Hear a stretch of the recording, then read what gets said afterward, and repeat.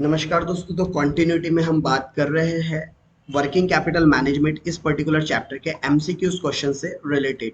Okay so guys, आज के इस वीडियो में हम लोग बात करने वाले हैं न्यूमेरिकल क्वेश्चंस की बात करेंगे कि आप लोगों को एग्जाम्स में numerical question working capital management के ऊपर किस तरीके से पूछे जा सकते हैं। तो चलिए बात करते हैं। So if raw material consumed is rupees 1,08,42,000। अच्छा, न्यूमेरिकल क्वेश्चन करने से पहले आपसे रिक्वेस्ट है कि आप पहले इसका एक फॉर्मेट और इसका जो एक ओवरऑल कॉन्सेप्ट है पहले आप वो गो थ्रू कीजिए और उसके बाद आप एमसीक्यूज क्वेश्चंस को देखिए, तो आपको कहीं ना कहीं काफी ज्यादा अच्छे से अंडरस्टैंडिंग आपको आएगी। तो चलिए अब स्टार्ट कर रहे हैं। फाइनली क्या कहता है question, if raw material consumed, आपको रॉ मटेरियल कंज्यूम दिया हुआ है, ठीक है, तो आपको आरएमसी कितना दिया हुआ है, 8,42,000 रुपीज का आरएमसी दिया है।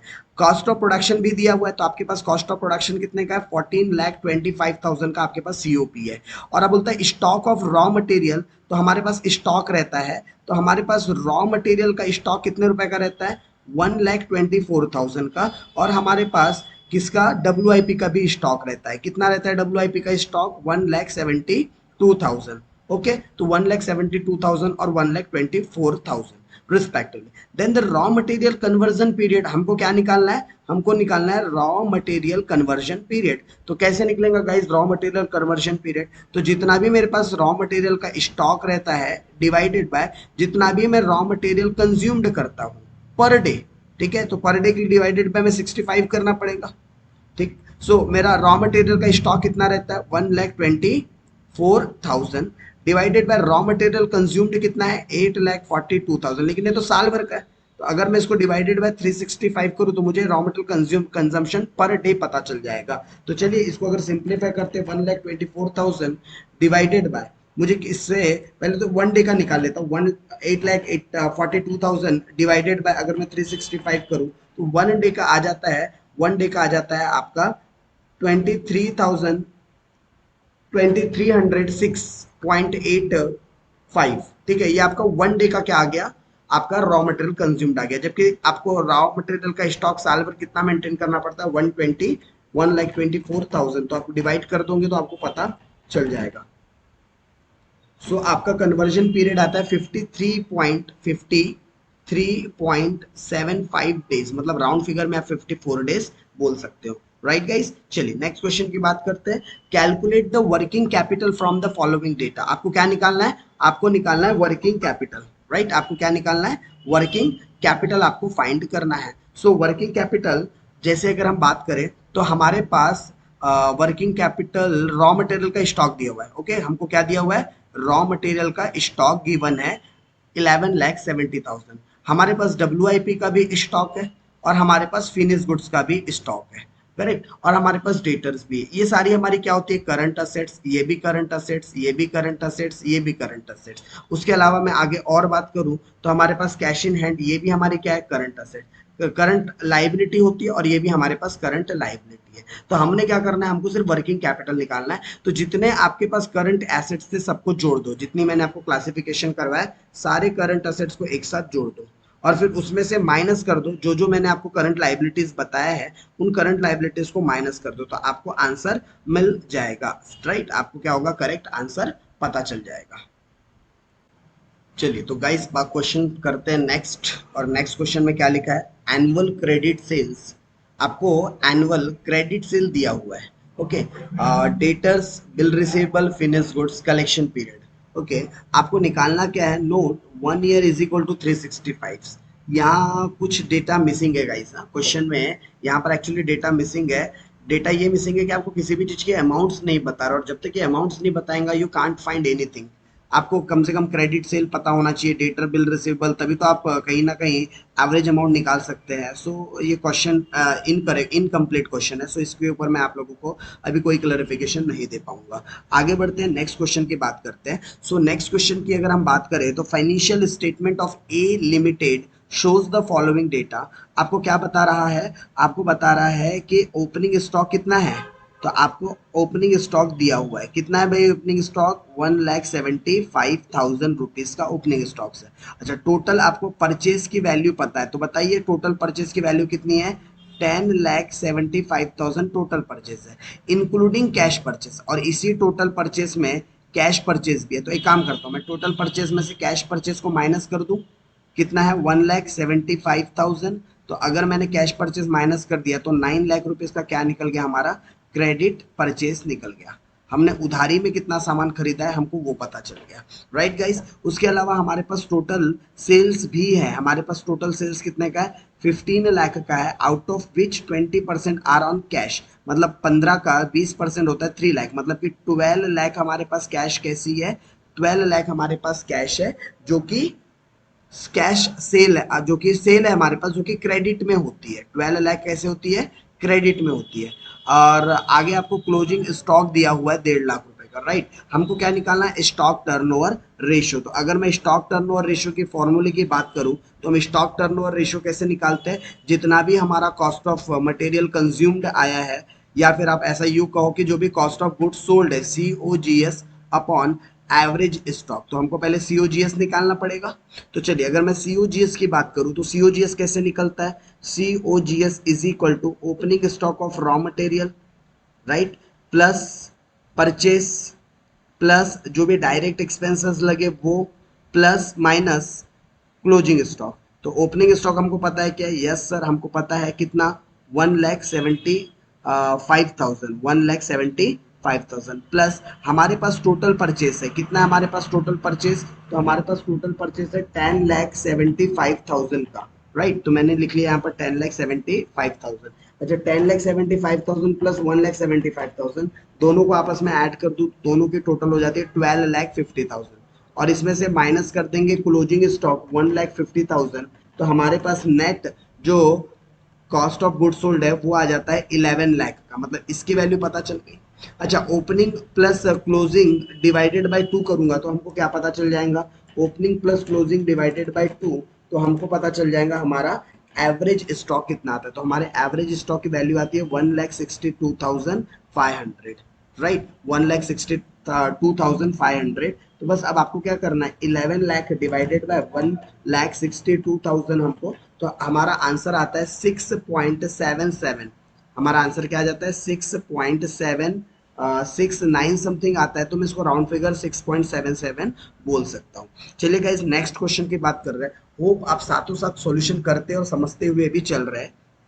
नेक्स्ट क्वेश्चन की बात करते हैं, WIP कन्वर्जन पीरियड है हमारे पास 18 डेज का, ओके। तो हमारे पास WIP का क्या दिया हुआ है, कन्वर्जन पीरियड दिया हुआ है, ओके। रॉ मटेरियल कंज्यूम्ड भी हमको दिया हुआ है, रॉ मटेरियल कंज्यूम्ड हमको कितना दिया है 8,42,000 का।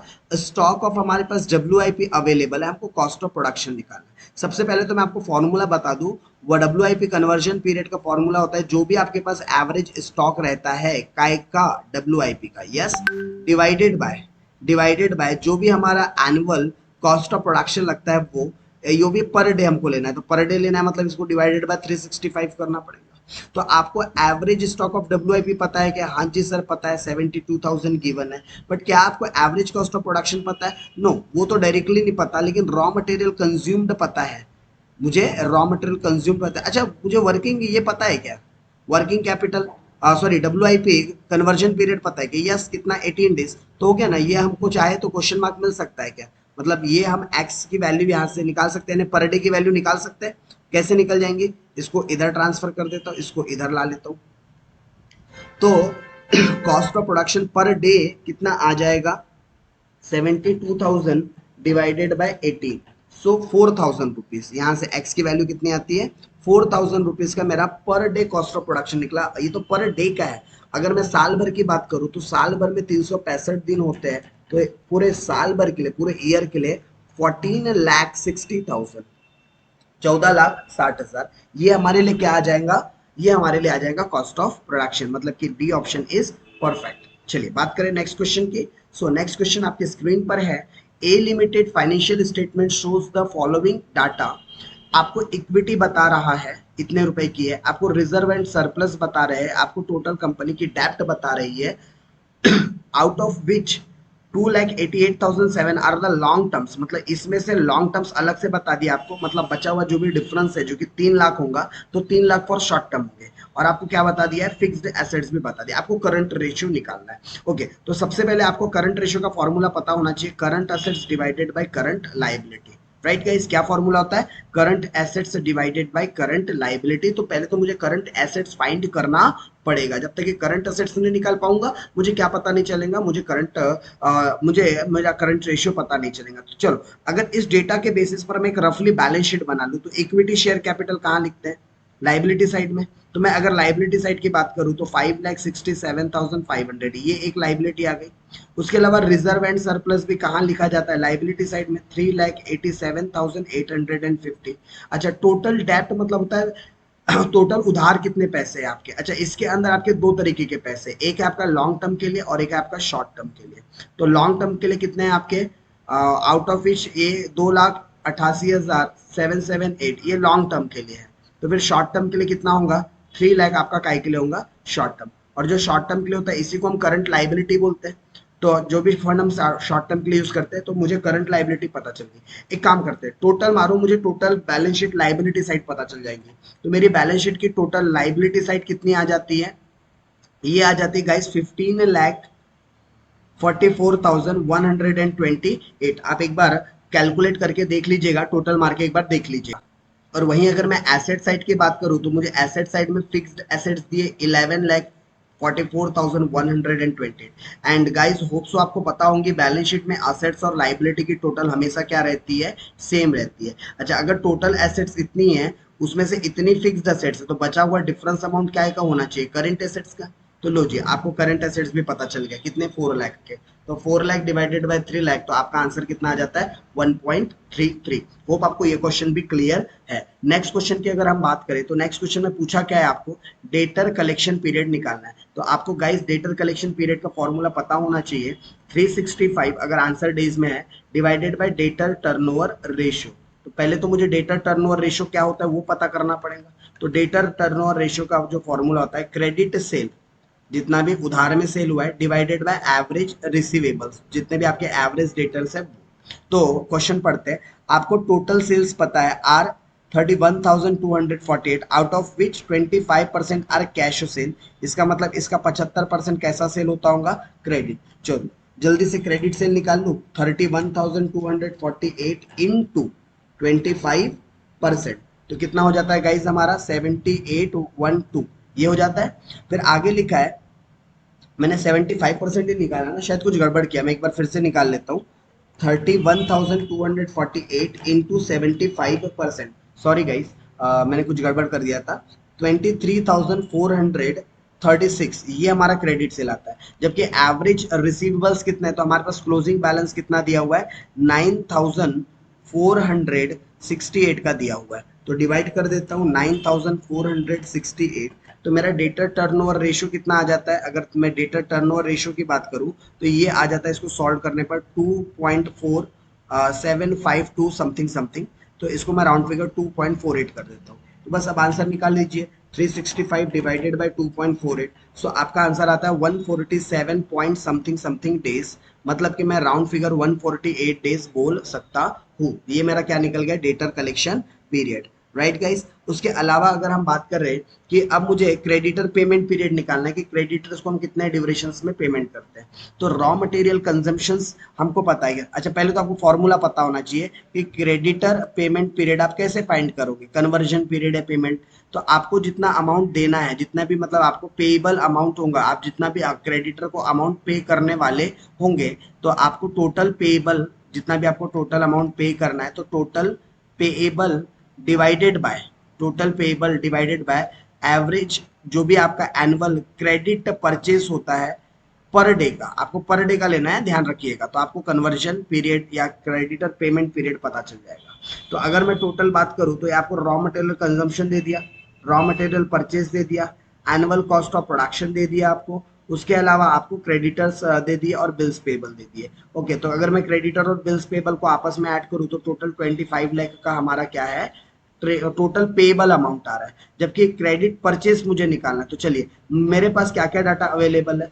अच्छा, मेरे पास COGS का एक फॉर्मूला है, COGS या कॉस्ट ऑफ प्रोडक्शन हम कैसे निकालेंगे, opening stock of raw material में प्लस कर देंगे परचेज और माइनस कर देंगे क्लोजिंग स्टॉक। तो हमको ऑलरेडी परचेज दिया हुआ है। ओके गाइस, हमको ऑलरेडी क्या दिया हुआ है क्वेश्चन में, परचेज। तो ये फॉर्मूले की भी जरूरत नहीं, हटाओ फॉर्मूले को, क्योंकि डायरेक्टली अपने पास वैल्यू है ही ना।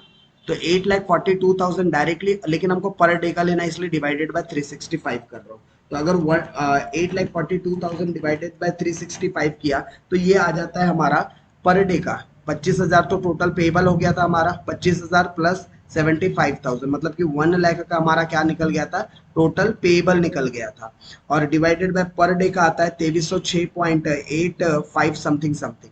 तो अगर मैं टोटल अगर निकालूं कि मुझे क्रेडिटर पेमेंट पीरियड मेरा कितना आता है, तो 2306.85, मतलब कि कितना आना चाहिए, 1 लाख डिवाइडेड बाय 23,006.85। तो ये हमारा आता है 43.35 डेज, मतलब कि राउंड फिगर 44 डेज। तो ऑप्शन में है नहीं, तो एक्जैक्टली मुझे 43 के साथ ही आगे बढ़ना पड़ेगा। चलिएगा इस नेक्स्ट क्वेश्चन की बात करते हैं, और नेक्स्ट क्वेश्चन आपके सामने है। The following information is available for your calculation. Level of activity दी है 1,56,000 यूनिट्स की, और आपको रॉ मटेरियल दिया है जो कि वेरिएबल कॉस्ट होती है, डायरेक्ट लेबर भी वेरिएबल कॉस्ट होती है, ओवरहेड भी वेरिएबल कॉस्ट होते हैं। तो टोटल मिला के आपके पास ये टोटल वेरिएबल कॉस्ट निकल गया। प्रॉफिट आपने जोड़ दिया 60 रुपए का, तो आपकी सेलिंग प्राइस जुड़ गई। मतलब पक्की बात है कि इसमें कुछ ना कुछ एलिमेंट फिक्स्ड का भी होना चाहिए। ठीक है, कुछ ना कुछ एलिमेंट्स किसका भी होना चाहिए, फिक्स्ड का भी होना चाहिए। लेट्स सी आगे और क्या इन्फॉर्मेशन देता है। लेवल ऑफ एक्टिविटी करंट में जो लेवल है वो 1,56,000 यूनिट्स के लिए है। आगे और क्वेश्चन पढ़ते हैं। आगे क्वेश्चन में आपको लिखा है कि raw material in stock on average of 2 month. Raw material का ऑन एन एवरेज मटेरियल कितना रहता है 2 मंथ का रखा रहता है। And material are in the process, मतलब कि डब्ल्यू की बात कर रहा है। डब्ल्यू का कितने मंथ के लिए रहता है, हाफ मंथ के लिए रहता है, जबकि रॉ मटेरियल का 2 मंथ्स के लिए रहता है। Calculate the raw material stock. हमको रॉ मटेरियल का स्टॉक निकालना है। तो रॉ मटेरियल का स्टॉक कैसे निकालेंगे, तो देखिए मुझे पर डे यहाँ पर दिया हुआ है मटेरियल 90 रुपए का 1 यूनिट के लिए लगता है। तो अगर मैं बात करूँ 1,56,000 यूनिट्स के लिए कितने रुपए का मटेरियल लगेगा, तो 1,56,000 इंटू 90, तो मुझे क्या पता चल गया, मुझे पता चल गया 1,40,40,000। ये मेरा पर डे क्या, सॉरी पूरे साल भर का मुझे क्या पता चल गया, raw material consumption. Divided by कर दूंगा मैं रॉ मटेरियल कंजम्पशन। मुझे क्या निकालना है, मुझे निकालना है रॉ मटेरियल का एक एवरेज स्टॉक। तो ये साल भर का है, तो डिवाइडेड बाय 12 कर दूं, और मैं ऑन एन एवरेज जो स्टॉक मेंटेन करता हूँ रॉ मटेरियल का वो 2 मंथ का करता हूँ। तो अगर इसको मैं सिंप्लीफाई करूँ तो मेरा आंसर आना चाहिए 23,40,000। टोटलिटी में मेरा आंसर कितना आना चाहिए, 23,40,000। ये टोटलिटी में मेरा आंसर आना चाहिए। तो let's check 23,40,000, yes means answer B is correct. Right guys, चलिए अब हम लोग अपनी सेंचुरी कंप्लीट करने जा रहे हैं। और क्वेश्चन आपकी स्क्रीन पर आपके सामने 2019 का डेटा दिया है, 2020 का डेटा दिया है, रॉ मटेरियल दिया है, फिनिश गुड्स दिया है, और रॉ मटेरियल कितना कंज्यूम्ड हुआ और सीओजीएस भी दिया है, और आपको नंबर ऑफ ईयर एक साल में कितने होते हैं ये भी बता दिया है। हमको निकालना क्या है, हमको निकालना है finish goods conversion period. Okay, तो मुझे बता सकते हैं आप लोग फिनिश गुड्स कन्वर्जन पीरियड अगर मुझे निकालना हो तो हम किस तरीके से निकालेंगे। तो इसके लिए फॉर्मूला है आपके पास, stock of finish goods divided by जो भी आपका कॉस्ट ऑफ सेल है। तो आपके पास फिनिश गुड्स का स्टॉक अवेलेबल है क्या, यस 10,000 का, और साथ में आपके पास कॉस्ट ऑफ गुड्स सोल्ड पता है क्या, तो डायरेक्टली तो नहीं पता लेकिन निकल सकती है क्या, यस। कैसे नहीं, अच्छा सीओजीएस दिया है, ये नीचे में दिया है, सॉरी मैंने ध्यान नहीं दिया। तो सारी से तो दी है, तो 29 डेज और 39 डेज, ये आपका क्या आना चाहिए, आंसर आना चाहिए। सो गाइस, होप आप इस तरीके से क्वेश्चंस की प्रैक्टिस कंटिन्यूटी में करते रहोगे।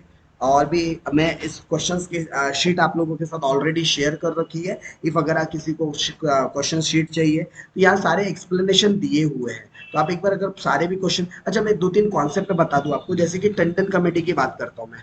ठीक है, हालांकि ये टंडन कमेटी का क्वेश्चन ना नागपुर यूनिवर्सिटी वालों के लिए, मतलब आरटीएमएनयू के जो सिलेबस है उसमें एक्सक्लूडेड है। मतलब मुझे टंडन कमेटी तो कहीं नहीं दिखा, बट स्टिल मैं ये कॉन्सेप्ट आपके साथ डिस्कस कर लेता हूँ।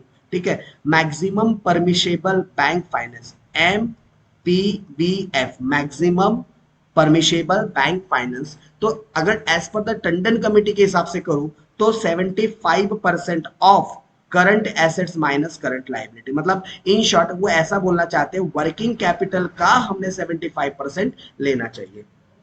राइट, तो आपके पास क्या है 757 लाख ये विच वाइल करंट लाइबिलिटी इतनी रिपोर्ट की है, मतलब आपके पास करंट एसेट्स गिवन है, ये आपकी करंट एसेट्स है, ये आपकी करंट लाइबिलिटी है। Current assets minus current liability करोगे तो क्या पता चल जाएगा गाइस, हमको हमको पता चल जाएगा current assets minus current liabilities करेंगे तो हमको अच्छा करंट एसेट्स निकालना है, करंट एसेट्स निकालना है, क्वेश्चन मार्क है। तो ओके, तो मैक्सिमम परमिशेबल फाइनेंस, ठीक है, ये हमको निकालना है। ये कैसे निकलता है, current assets minus current liability ऐसे करके निकलता है, और इसको इनटू कर दिया जाता है 0.75 के साथ, मतलब कि 75%। आपको ये दिया हुआ है ऑलरेडी, राइट, और 57.41,830, और मैं इसको मान लेता हूँ x, और इधर भी इंटू कर देता हूँ 75 इंटू जो भी मेरी करंट लाइबिलिटी गिवन है। सो गाइज यहाँ से आप लोग ना आगे का कैलकुलेशन कर लीजिएगा, सिर्फ सिंपलीफाई करना है, x की वैल्यू फाइंड करना है, तो आपको करंट एसेट्स की वैल्यू पता चल जाएगी, right. Sorry, option C, option C correct है ना, 1 लाख 1 करोड़ 9 लाख, सी भी नहीं है, ऑप्शन ए करेक्ट है, ठीक है। सो आपको ये मैंने कॉन्सेप्ट बताया टंडन कमेटी का, कि टंडन कमेटी वर्किंग कैपिटल का 75% लेने के लिए कहता है। बैंक आपको ज्यादा से ज्यादा 25% तक का फाइनेंस प्रोवाइड करेंगे आपकी वर्किंग कैपिटल के ऊपर। ऐसा रिकमेंडेशन कहाँ से आया था, टंडन कमेटी से। इसलिए जब भी हम किसी भी करंट क्रैश क्रेडिट अकाउंट मतलब सीसी लिमिट की बात करते हैं, तो सीसी लिमिट बेसिकली आपको आपके वर्किंग कैपिटल के बेसिस पर ही मिलता है, लेकिन उसका 75% से ज्यादा आपको अलाउ नहीं किया जा सकता। भले उसे कम करेंगे लेकिन उसे ज्यादा अलाउ नहीं किया जा सकता, राइट गाइस। सो ये आपका मैंने वर्किंग कैपिटल से रिलेटेड कुछ क्वेश्चंस कवर करने की कोशिश की है। आपको आगे के और क्वेश्चंस आप प्रैक्टिस करते जाइएगा, लगभग सिमिलर टर्म्स पर है, सिमिलर कॉन्सेप्ट पर है। अगर स्टिल आप लोगों को कोई क्वेश्चंस में डाउट है तो आप लोग क्वेश्चंस आप मुझे सेंड कर सकते हैं on my given WhatsApp number, right. तो तब तक के लिए टाटा बाय बाय, मिलते हैं नेक्स्ट पार्ट में।